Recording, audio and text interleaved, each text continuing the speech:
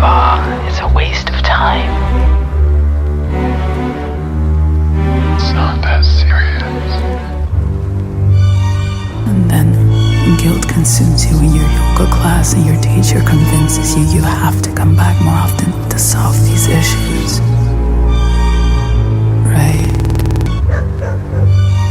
But I look around to realize I am the problem.